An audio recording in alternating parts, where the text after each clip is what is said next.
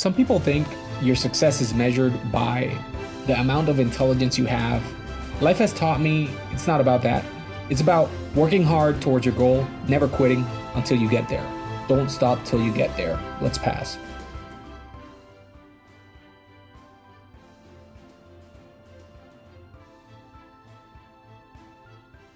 Hello, it's Fernando Cardona. Today I have a special guest.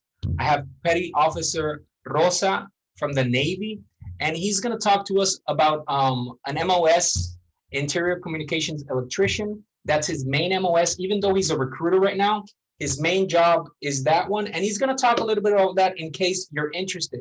How are you doing? I'm doing fantastic. Thank you for having me. Great. Thank you for joining us. So I'm going to make some questions and a little detail, little disclaimer. When we have this interview, this is so you have an idea on how it is. It's not that you're going to learn everything about the MOS. And also there are some things that we can't go into detail because obviously some things are classified or some things are not to be mentioned to the general public. Just letting you guys know. But this video is to help you make a decision, understand that MOS, and see if that might be a career you're interested in. So I'm going to start it off with a little bit about your personal self. How long have you been in the Navy? I've been, as of March, 8 years in the Navy. 8 years. Sure. And your primary job is? Interior Communications Electrician. Interior Communications Electrician. Why did you select that MOS? Well, to be honest, the initial MOS that I selected, or rate as we like to call it, is cryptological technician networking. Unfortunately, due to my own negligence, I was unable to continue with that job, so I had to change my job in boot camp. And I just wanted a job that would offer me training in the electrical or electronics field, because I was looking for something that would help me in the future, whether I wanted to stay Navy or move into the civilian sector. Yeah, that's something that I always tell my students, that you have to have different plans. Sometimes you're set in one specific job, and sometimes that job might not be available when you're trying to join, or you could not qualify by a few points. And sometimes you have to make a decision. Should I repeat the test, or should I look for a second option? It's always good to have a few options, not just one. You're going to serve your country. Obviously, you're going to select something you like, but you have to have an open mind. What kind of education does this job require? The only requirement is high school diploma, and for you to pass the ASVAB and qualify to be an ASVAB. I made a quick search, Interior Communications Electrician ASVAB requirement. Sometimes students say, hey, they tell me different jobs. What do I need for this job? What do I need for that MOS, for this MOS? I'm not saying you're lazy, but you can just write the MOS, Interior Communication Electrician. It'll pop up, and just write requirement ASVAB. So any field you're interested, you just write the name of the MOS, requirement ASVAB, and Google will tell you. So for this specific MOS, you have to get a good score in arithmetic, reasoning, math knowledge that you're already studying for that, because that's for the AFQT, and electronic information and general science. When you're looking for requirements for MOS, don't get caught up in specifically this score or specifically this score. That's waste of time, because at the end of the day, you're going to try to get as high as possible. So if you know you have to do good in general science, electronic information, it doesn't matter how many specific points. Just practice a little bit about that and see if you can improve, so you can qualify for this MOS. In the basic training and the school, it's called the A school. I'm not an expert with terminologies. I'm sorry. No. How long is the duration?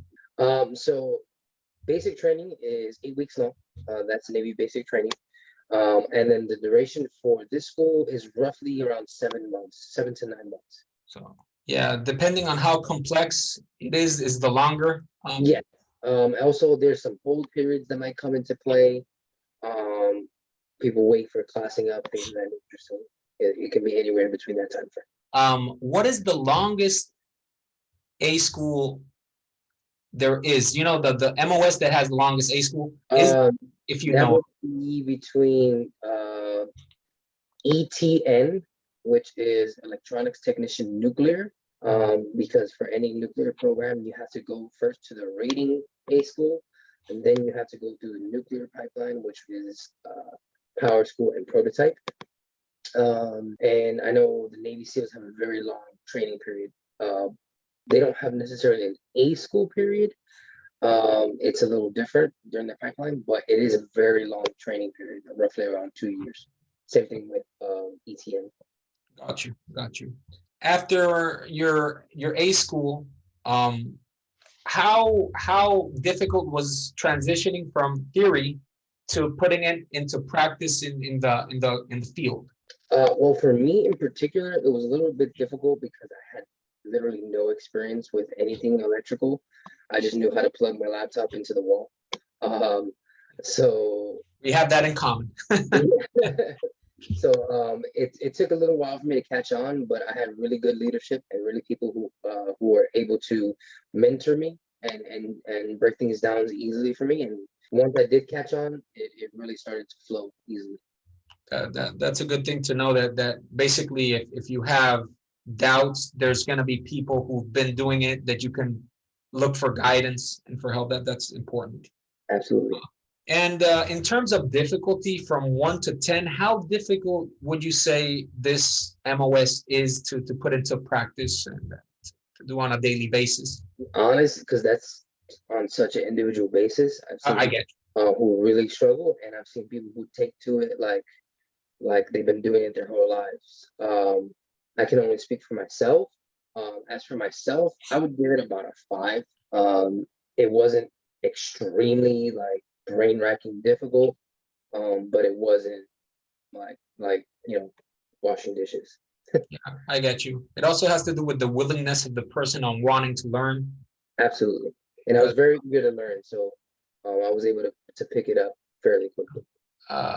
When do you have to go on like ongoing tests after you have the position? Do you have to take like training? You already know how to do the MOS, but is there like training to maintain, or to, if there's something new, they'll give you trainings? How is there? Really? So you can continue to go for what's called C schools. So those are specialization schools, so you can specialize in specific types of equipment. And then throughout any job in the Navy, there's qualification processes everywhere you go. You'll spend the majority of your career qualifying in new things as time goes by. I've been 8 years and I'm still qualifying in new things. Is it like you have levels of superiors and people who aren't, do they require it sometimes, or is it mainly that you want to keep improving? There are definitely things that are requirements. There's things that are repeated requirements, for instance. Some things that you have to requalify in. Okay. And then there's also the aspect of, hey, I want to be competitive and I want to excel. So you can take it upon yourself to take on further qualifications. Yeah, so it's a little bit of everything, actually. It's actually, for me, it's that I love it. I love learning, and I always like challenges and learning different stuff. So for me, I know it would be a good fit. Sorry, I tried to join them. They don't want me. Not that they don't want me. I was disqualified because of my vision, and I'm technically what you call a liability. If my glasses break, I couldn't. I'm so blind in one eye.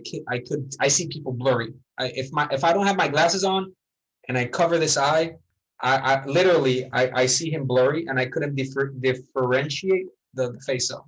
I get it. At the beginning, I was, I get it. But sometimes it's a little.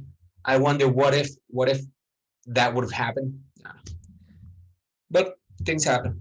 What were your main responsibilities in that MOS? So my primary responsibilities, it all depends on your ranking because your responsibilities change over time. But in general, we are technicians at heart. So maintaining and repair of all equipment that falls under our responsibility, i.e. navigation systems, alarm and indicating systems, telecommunications, closed caption television, things of that nature. What skills or attributes would a person who's considering this field, do you think they need? Well, like you said, eagerness to learn is definitely going to help you. And I think that can be applied to almost any rate in the Navy, but especially the more technical rates. Um, and hard work ethic. We have equipment all over the ship, so we're constantly working on something. If we're not doing maintenance on one thing, we're repairing something else that was damaged or something to that effect. So just make sure you have a strong work ethic and an eagerness to improve and to learn. Okay, and sometimes I have students who want to know, because they want to know at what time do you wake up and start working, at what time you finish working and you can do other activities. What would you say is a typical day for you? Obviously, it's going to change from person to person depending where they're at, the necessity of that. So as you said, it all depends on the class of ship you're on, where the ship is located, what the mission is. Your schedule on deployment is not going to be the same as your schedule when you're pier side. I can tell you, I spend the majority of my time pier side aboard my ship. So I would go into work around 7:30, and I would be leaving by 3-4 o'clock. Okay, that's like a normal schedule. Yeah, pretty much. What would you say you like most about this MOS? Oh, I love the diversity of the MOS. We're constantly working on different types of equipment. We kind of toe the line between engineering electricians and combat systems electronics technicians, and we're all over the ship. So we're constantly meeting new people, and we become very popular on board. So That's yeah, good. the diversity is great. And what do you like least about that MOS? I think the lack of understanding of the MOS. So what might be important to someone aboard the ship, and they might assume that all we do is fix TVs and phones. So for them, it's of the utmost importance that we get their TV fixed, but they don't realize that we also deal with navigation systems and toxic gas alarm systems. So those are going to take a little bit more priority than So some other things. about that, so you guys have like a priority list, like let's say you have to do this, and that on that day, the TV would be the last thing you would go to. Yeah, absolutely. We generally every day we go over like what our priorities are, and we definitely go in priority, and it's very commonsensical. So, if we have, for instance, a toxic gas alarm that is out of work, but that is not working properly, that's going to be one of our top priorities because that would present a danger to the crew. Okay, Whereas a TV, you know, I is get good. it. I get Yeah. it. What kind of problems did you deal with? So all types of technical problems. Like I said, it's a very technical rig. So I've dealt with navigation systems going out prior to us pulling out to sea. I've dealt with satellite dishes not functioning properly, so I had to put them in proper balance. I've had to deal with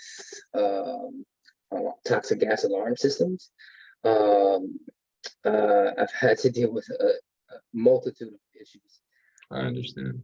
security TVs and making recordings and things like that. And what type of decisions would you say you had to make? Your decision-making abilities change over time. When you start off as a technician, you're going to be looked at to see what your experience level is. As you grow in expertise and experience, and people begin to understand that you are the true subject matter expert in that field, your decision-making abilities change, in a grand way. And how important would you say is this MOS in terms of the Navy? How essential would you say it is from 1 to 10 if you could scale it or grade it? 10 for sure. I would definitely say it's actually, out to sea, we're between 7 and 9. The thing is, like I said, not many people understand what we do because our systems aren't necessarily as complex as some others are. For instance, like a radar system is an extremely complex system. So there's a lot of micro parts and things of that nature. But we deal with a wind indicating system on an aircraft carrier. So if we can't tell what speed and direction the wind is coming from, we can't fly planes, which is the primary mission of an aircraft carrier. I get you. Yeah, it's definitely essential. We deal with a lot of the simpler things, but in great abundance. I understand. So basically, it's like everybody has their function. There's not like really a non-essential. Yeah, every single job on the ship is essential. So I have a lot of students who want to. Some students say I want to retire in the Navy. I want to serve and then retire. But some people want to be a certain time, get the experience, get the certifications, and then transition to a civilian related job. Have you had any experiences with knowing what jobs there are available similar to this MOS? Absolutely. I've had, in 8 years, worked with quite a few interior communications electricians, many of which who have transitioned to the civilian sector. I've had a gentleman who's currently working in upstate New York, who's working for the Veterans Hospital. He maintains their electrical equipment. I have a guy who's working in New York City as an HVAC technician, working for commercial buildings and their HVAC systems. I have a young woman who's currently in Florida or Georgia, can't remember which, but she's working as a broadcast engineer for the local news channel. So she deals with their broadcast equipment. Yeah, we have a litany of jobs. We're a very diverse rate, so we can do anything from 2M, which is micro and miniature repairs on circuit cards, to broadcasting. So also some people want to know if the salary is competitive when you're transitioning to the civilian. Would you say it is? Absolutely. There was a time in my career where I was contemplating transitioning to the civilian sector. And at that time, I was E5. I'm currently E6. I didn't have a degree, but I'm still finishing up my degree. But solely based on my experience and my certifications, I had a job offering around $76,000 a year starting. Without the bachelor's or the obviously the salary will depend on what city you're looking for the job. Somebody who's in New York might earn more than somebody who's doing the same job in Florida because of the cost of living. Some states pay more to compensate for New York rent is super expensive, etc. So that's but it's a competitive salary. What related fields would you tell someone to consider if they're trying to join the Navy to this MOS? What are the fields you consider? Okay, so other ratings that may be similar, like I said, the interior communication electrician's rating is kind of a bridge between engineering and combat systems. So we have similarities to electrician mates, which are purely electricians, and then we have some similarities to electronics technicians, which are purely electronics. We kind of dabble in both worlds, so we have to know a little bit about both. So if you're more interested in electronics, the AECF program is something that you might be looking into. And if you're interested more in electrical systems, then perhaps GSE, which is gas turbine electrician, or electrician's mate, EM, would be a better suit for you. In a more personal note, I'm being a little nosy here. Going back, you did say you were considering to go to the civilian route. Yes. Are you still considering that, or did you change your mind and are you gonna serve till you? No, I love the Navy. Best decision I ever made. Yeah, I'm sticking with it. I'm doing the 20. Okay, I got you. Minimum 20, maybe more. Oh. Okay, so that's good to know. That's good to know. That's the beauty of life. You can change your mind, do what's best for you at that moment. That's great. If you could do it all over again, would you do it? Would you do everything all over the same way? Anything you would do different? Honestly, no. I've had a really good career thus far. I went from E1 to E6 in 4 years. Not many people do that. I've gotten to travel. I don't have many complaints. I might have bought my house a little earlier, a year earlier than what I wanted. Might have gotten a better rate. What advice would you give someone who is considering to join the Navy, and what advice would you give someone who's considering to join in that specific MOS? Well, first you have to qualify for the MOS, so study for the ASVAB, the 4 parts that we discussed, and always remember it's all about availability. Think of it as any job anywhere. If I already have a position filled, I'm not going to continue to hire for that position. Second, speak with a recruiter. Speak with the people who are trained to give you the information, because the majority of this information is available out there, but there's a lot of erroneous information, and there's just a lot of information to process. So speak with somebody who can put it into layman's terms and explain it in a way that's familiar, and that way it best suits you. Perfect, perfect. Well, I do appreciate your time. I do appreciate it. If you enjoyed this this interview we had, I would appreciate you leave a like, leave a comment, any feedback. And also, you don't know who this might impact, who this might benefit. So share it to your social media. You might have a friend or a neighbor who might be looking something that will open new opportunities. And this could be a way to join the Navy and serve the country, and also have a career in the Navy. I do appreciate your time, Petty Officer Rosa. He's located in Florida, specifically Plantation, right? Correct. Plantation. So if you are in the area of Florida and you need a recruiter right now, he is currently a recruiter.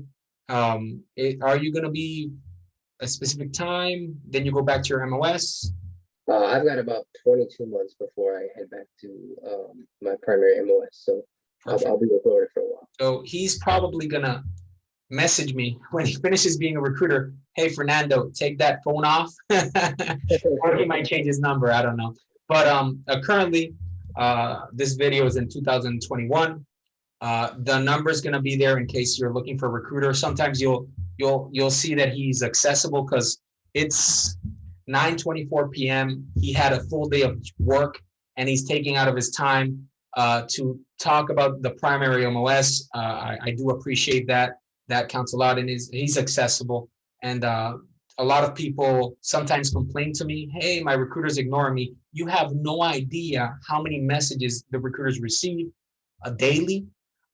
So it's you got to also understand that sometimes they have a lot of coming in, and they try to manage it as best as possible. And as he said, if you're considering the Navy, just locate a recruiter near you. If you're in Florida, you have one right here, and they can give you the best advice on what opportunities there are. And yeah, thank you for your time. I do appreciate it. I forgot to say something else. If you are having trouble with your ASVAB, you're not getting a good score, I help people pass the ASVAB. I give seminars, live sessions, recordings, etc. I like to keep things simple. If you need help, normally go to a recruiter, take a pretest. If you don't do well, you need a tutor, you need somebody to help you, just message the number that's also going to be there. I'll send you a free trial. And if you like how I teach, I'll help you get there. Anything else you want to add, if the Petty Officer Rosa? No, I just want to thank you once again for having me. I really appreciate it. And yeah, I'm always available. So please reach out. Thank you for your time. I really appreciate it. You have I've learned a few things also when students ask me. I appreciate it. Take care. Have a good day. Great day.